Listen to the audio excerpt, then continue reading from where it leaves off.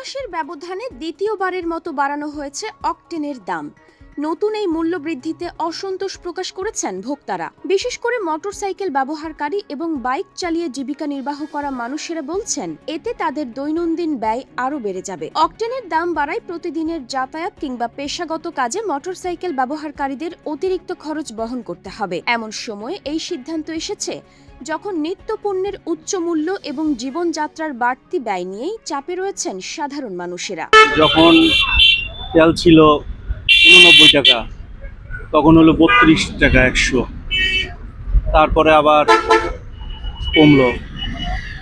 কমার পরে এই সরকার আসার পরে আবার এই যুদ্ধের কারণে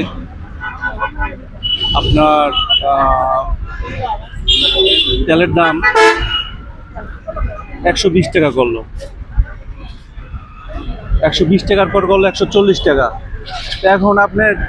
এখন আবার 5 টাকা বাড়াইছে। অবশ্যই মানুষের যারা মোটরসাইকেল চালায়, গাড়ি চালায়, তাদের অবশ্যই প্রভাব পড়ছে।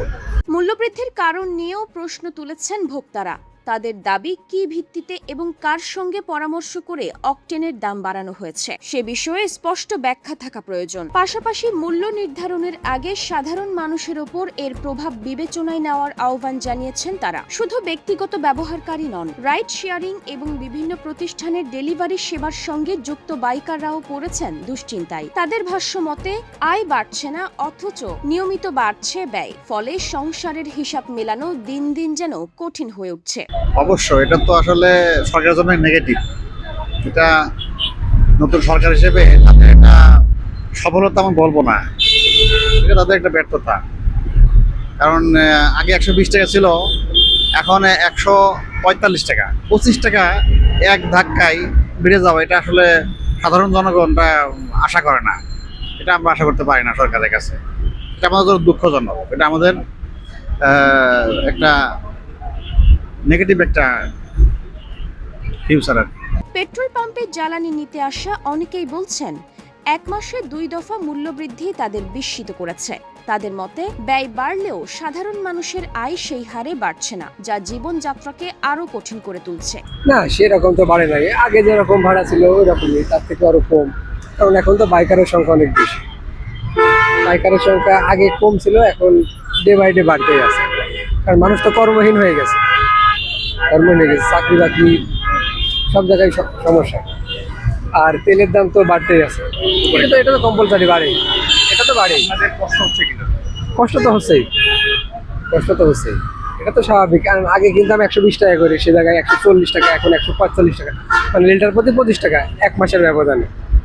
সে তুলনায় তো ভাড়া তো বাড়ে নাই। সংশ্লিষ্টরা মনে করছেন, জ্বালানি তেলের এই মূল্যবৃদ্ধির প্রভাব সরাসরি সব খাতে না পড়লেও অকটেন নির্ভর বিপুল সংখ্যক মোটরসাইকেল ব্যবহারকারীর ওপর এর প্রভাব তাৎক্ষণিকভাবে পড়বে।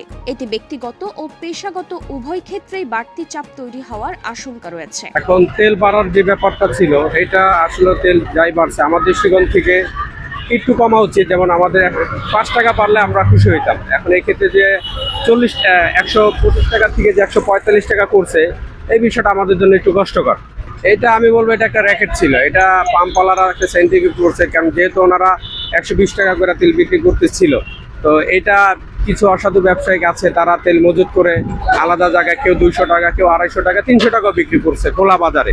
এই ক্ষেত্রে তখনকার এটা একটা র্যাকেট সিস্টেম ছিল, যার জন্য এটা আমার মনে হয় দৃষ্টিকোণ থেকে, আমি আর জানি না, তারপর আল্লাহ ভালো জানে, কিন্তু অনেক জায়গায় দেখেছি। সেক্ষেত্রে থেকে অভিজ্ঞতা থেকে বললাম। এখন আমরা যারা রেগুলার বাইক নিয়ে যাতায়াত করি, আমাদের তো এটা একটা দরকার, আমাদের তো শখ না বা কিছু না, এটা আমরা আমাদের প্রয়োজনে ইউজ করতেছি। তো এই ইয়াতে আমাদের এক ধাপে 20 টাকা, সেখান থেকে আবার 5 টাকা বেড়ে এই 45 টাকা আসা আমাদের জন্য অনেক হ্যাসেল। ভোক্তাদের প্রত্যাশা, জ্বালানি তেলের মূল্য নির্ধারণের ক্ষেত্রে বাস্তবতা, মানুষের ক্রয় ক্ষমতা এবং জীবনযাত্রার ব্যয়ের বিষয়গুলো আরও গুরুত্বের সঙ্গে বিবেচনা করা হবে।